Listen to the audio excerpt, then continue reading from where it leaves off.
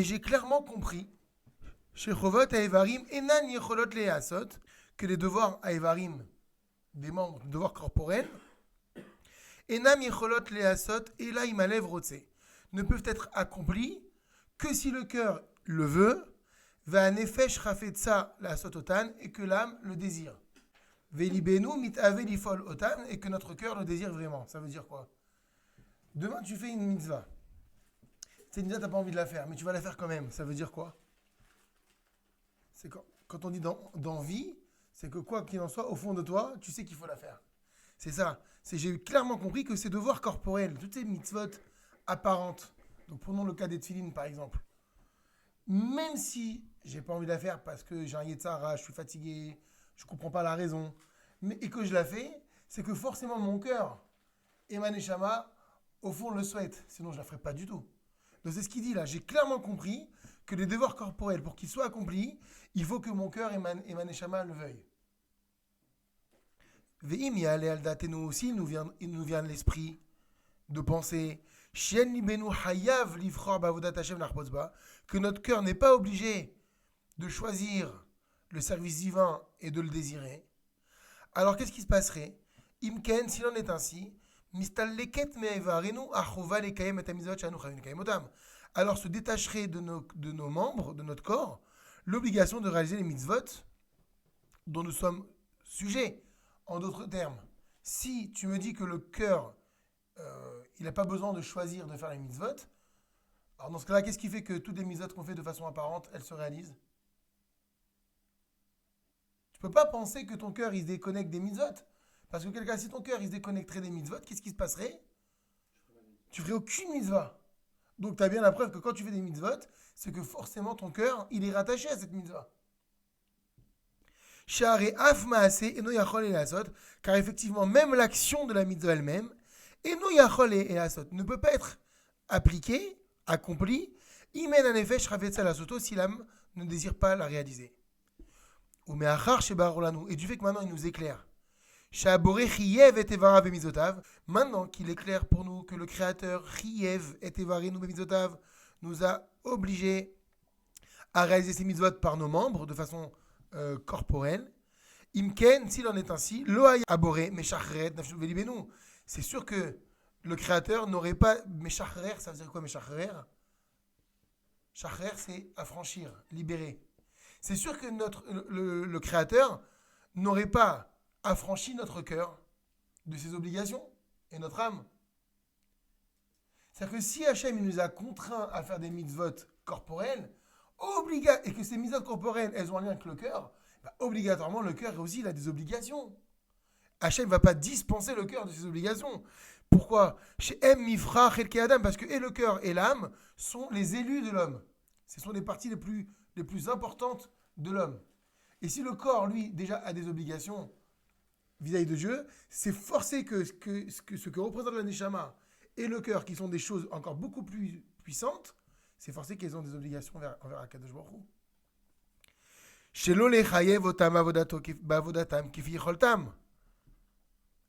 Donc penser que Hachem ne les ait pas soumis, obligés, et cette Neshama et ce cœur, Bavodato dans leur service, c'est Chovot, Alevavot.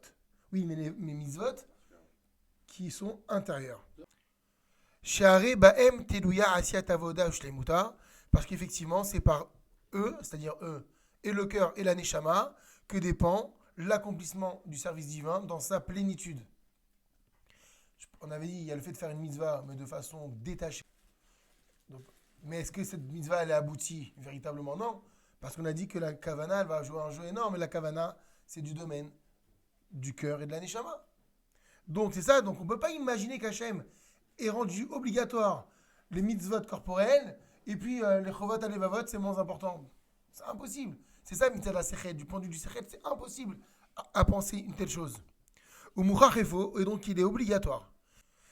Qui a nous mechuyavim lekaem, que nous sommes obligés de le réaliser, gam et chovot evarenu, et les chovot corporels, ve gam et chovot matzpunenu, et les chovot, donc de ce qui est caché, donc intérieur. Rappelez-moi, c'est quoi les chovot corporels? Un exemple? On a dit c'est toutes les mitzvot positives, c'est-à-dire actives ou non actives, qui se voit, on avait appelé ça Chorma Nirit, c'est la sagesse qui est apparente, visible. Donc les Chovot Haevarim, c'est toutes les mitzvot corporelles, c'est-à-dire qu'on peut déterminer si quelqu'un fait cette mitzvah ou pas, parce que je le vois, j'en témoigne. Donc nous sommes bien contraints de ces devoirs corporels et aussi de ces devoirs qui sont cachés, matspunenu, qui peuvent relever de la conscience. Et maintenant que tout ceci m'a été clair, évident, du point de vue de l'intellect, chez Mechovatenu les Kayem et Trovot Alevot, c'est-à-dire qui nous est obligatoire de réaliser les devoirs du cœur, à Marti Belibi, je me suis dit dans mon cœur, ou là, peut-être, Aïn Yanze, Lokatu Besefer Toratenu, que ce sujet-là, cette obligation des Chovot Alevot, n'est pas écrit dans notre Sefer Torah. Ça, c'était du point de vue du Sechel, mais je me dis que dans le Sefer Torah, c'est pas écrit. Et Velachen, et ce serait la raison pour laquelle, Lo Chiberu Alav Sefer, les Chachamim anciens dont nous avions parlé déjà, n'ont pas compilé de livres, n'ont rien écrit. Chez Ilamed Otanu et Tainanazé, pour nous enseigner ce sujet, Veyare Lanu et Prata, et nous dévoiler tous ces détails. Puisque, a priori, ça relèverait que de la pensée, c'est peut-être pour ça que je n'ai pas trouvé de livre.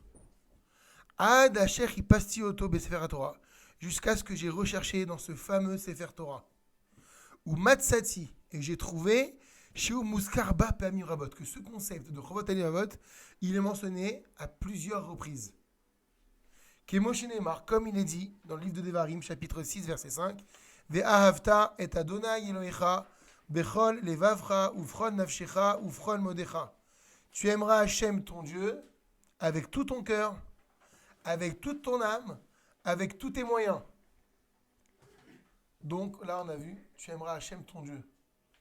L'amour, a priori, il ne se vérifie pas de façon extérieure. Encore une fois, c'est que si je pose la question, tu crois qu'il aime Hachem, lui? Je ne peux pas le savoir. Ve'ayu adevarim haele, et ces choses-là, Asher anochi metzavecha ayom, que je t'ordonne aujourd'hui, al levavecha, c'est sur ton cœur. Chovot alevavot.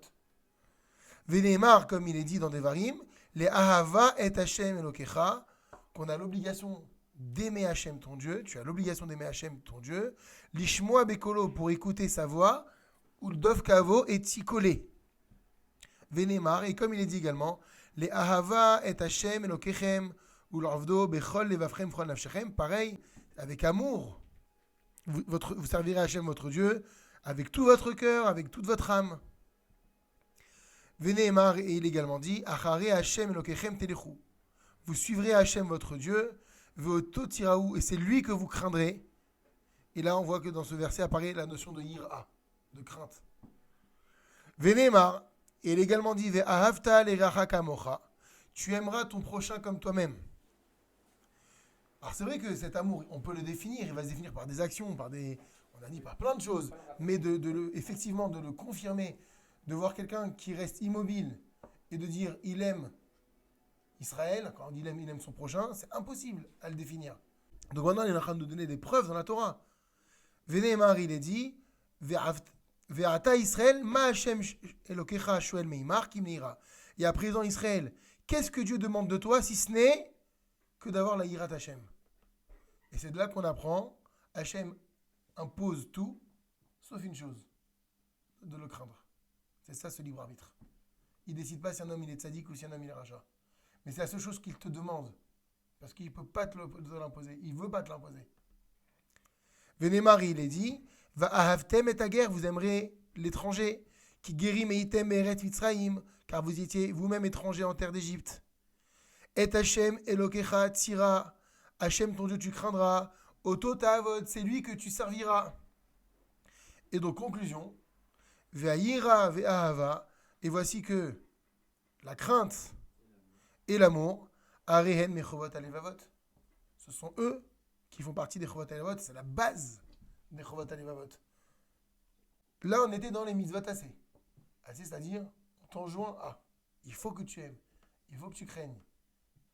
Ou mitzvot tota, c'est maintenant concernant ces mitzvot entre guillemets négatives, il est dit dans Devarim, velo tahmod et shetriecha, tu ne convoiteras pas la femme de ton prochain. Velo tita vebetrecha, et tu ne désireras pas la maison de ton prochain. Le désir et la convoitise, ça se trouve où? C'est à l'intérieur. Personne ne peut si je peux pas attester de quelqu'un s'il convoite ou qu'il convoite pas, c'est à l'intérieur. Loticom, velotitor, il est écrit également tu ne te vengeras pas et tu ne garderas pas rancœur. Lotisna et achicha, bilvavecha, tu ne haïras pas ton frère dans ton cœur. Velotatoru achare levavchem achare nechem, vous explorerez pas les pensées de vos cœurs, de votre cœur et de vos yeux. Lo teametz et levavcha, tu n'endurciras pas ton cœur. Velotikpot, etc., tu ne fermeras pas ta main. C'est concernant la tzedaka. Ufsukim rabim kaele. Et des versets pareils, il y en a beaucoup. Vacharkar masra Torah et kol avoda. El alev ve'el alashon. Et après cela, la Torah, elle a livré le message et kol avoda de tout ce service. C'est quoi tout ce service? Tout le service, il consiste à quoi maintenant?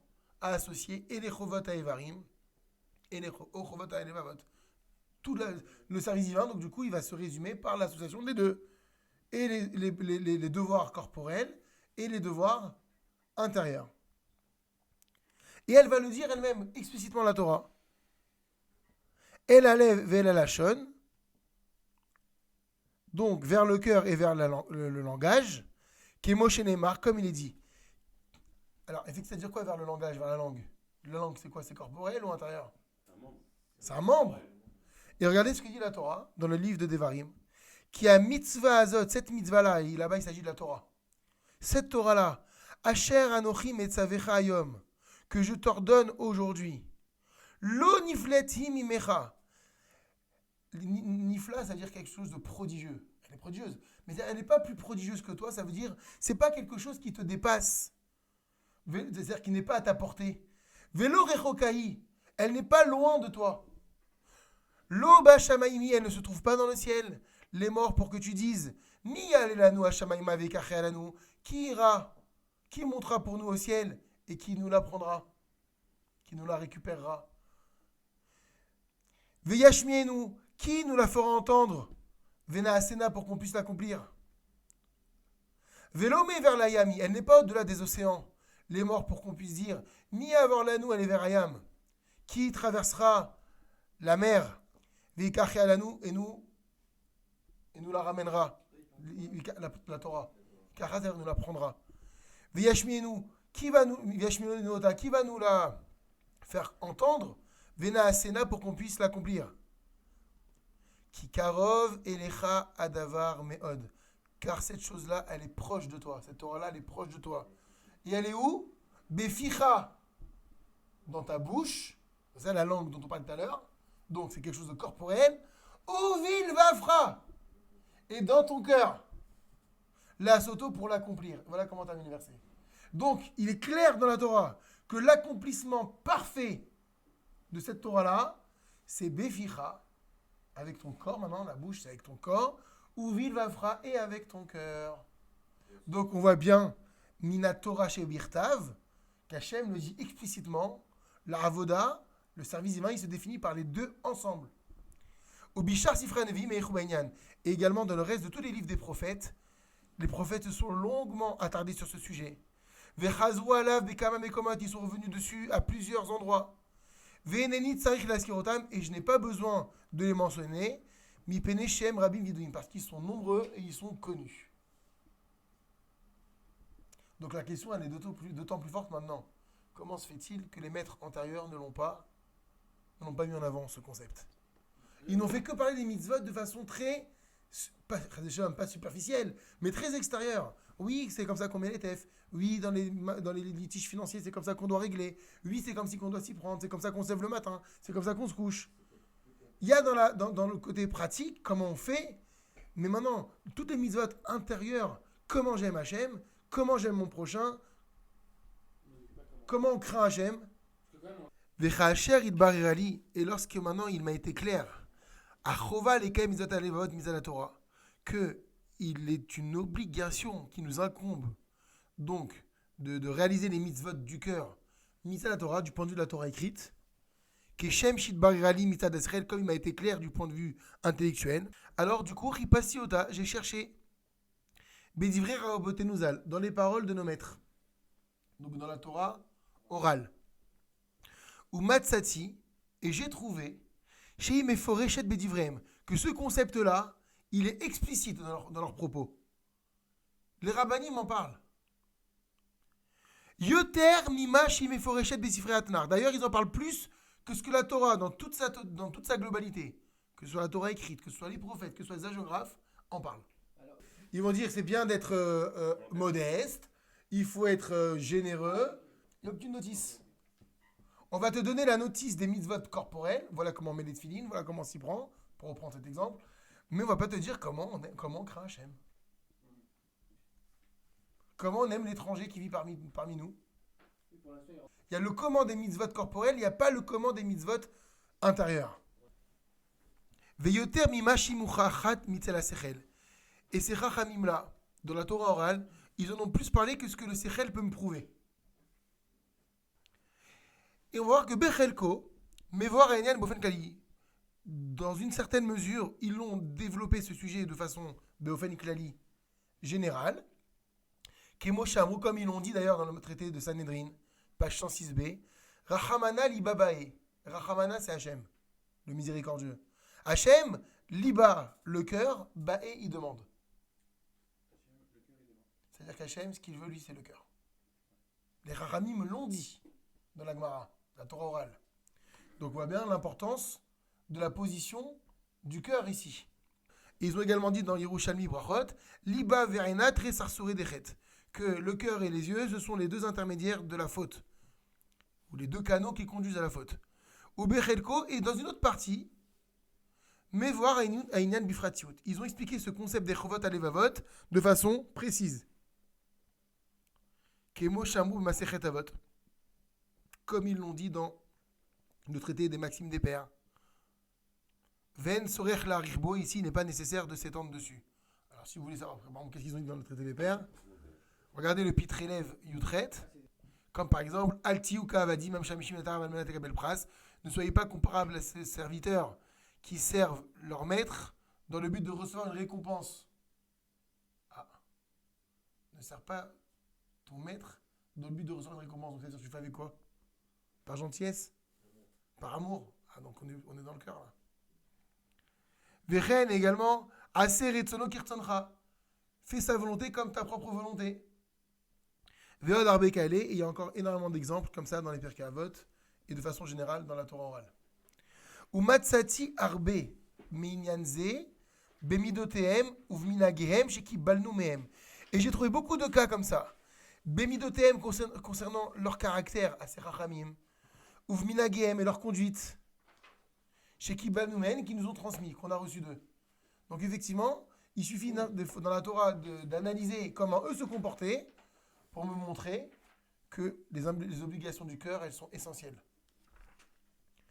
Par exemple, lorsqu'on leur posait des questions sur leur façon de vivre, comme par exemple, comme nos maîtres l'ont dit dans ma Sechet Megillah, à la page 27b, là-bas il y a marqué Bame et Rartayamim. Il y a des élèves qui sont venus voir leur rabbanim qui leur ont dit mais qu'est-ce qui a valu, Rav, que tu vives aussi longtemps, que tu aies la longévité? Et là-bas il y a plein d'exemples, plein de réponses. Regardez par exemple le Pitre élève Yutet. Vaïta Teshuvatam, quelle était leur réponse? Eh bien, la majorité de leurs réponses dépendait des mitzvot alevavot, ou midot anefesh, de leurs obligations intérieures et des traits de caractère de leur neshama. Par exemple, l'onit kabati biklon travera, j'ai jamais profité de l'échec de mon prochain pour moi me mettre en avant. Ou bien, lo amatian midotai, j'ai jamais tenu sur mes midot, ça veut dire j'ai toujours laissé couler les choses. On est dans Chovot Alevavot là. L'Okpati Betorbeti, jamais été makpid, quelqu'un de rigoureux dans ma maison.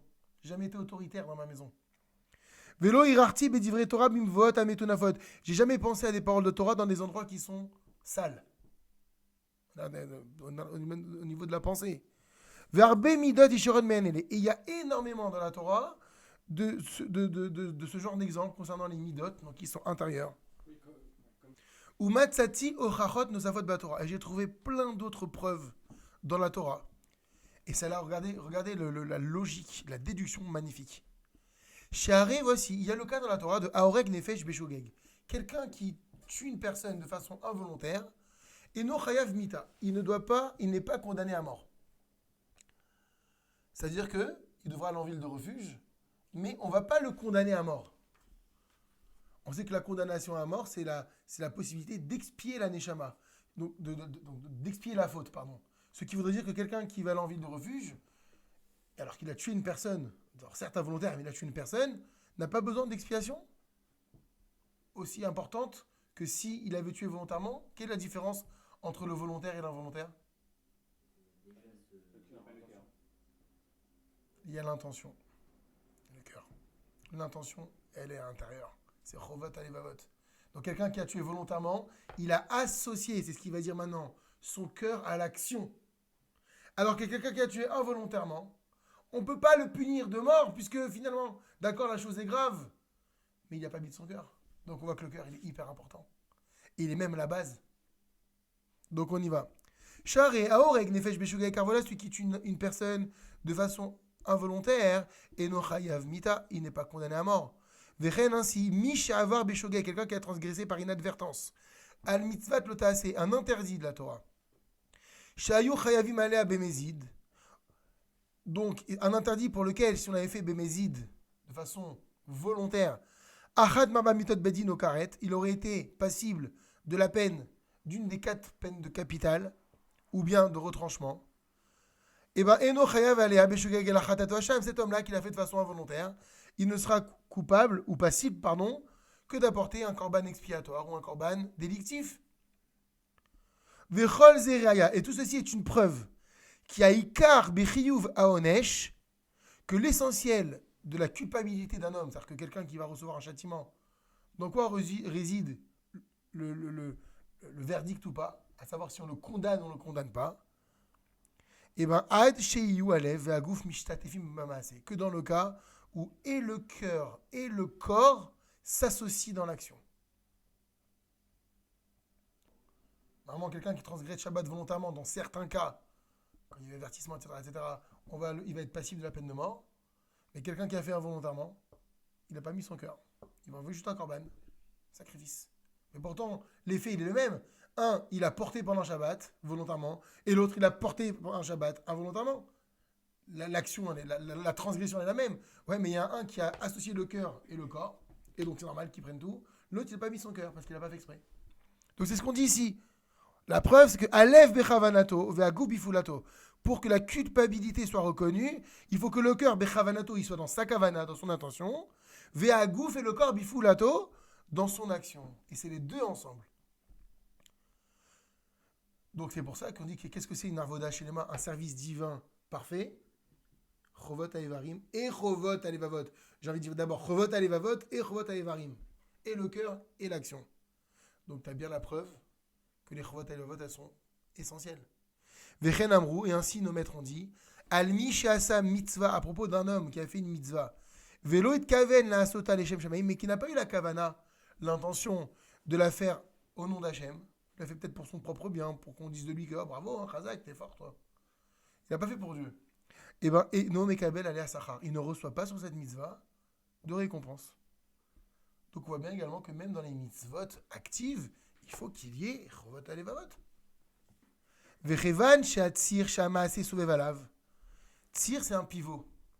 Étant donné que le pivot sur lequel l'action repose, ve'amudim she'ama'aseh banu yalehem, et que les piliers sur lesquels l'action elle est construite, mais vous sassim al kavanat alev umatzpuno, se base sur l'intention du cœur et de ce qui s'y cache, alors reuya chormat mitzvot alev.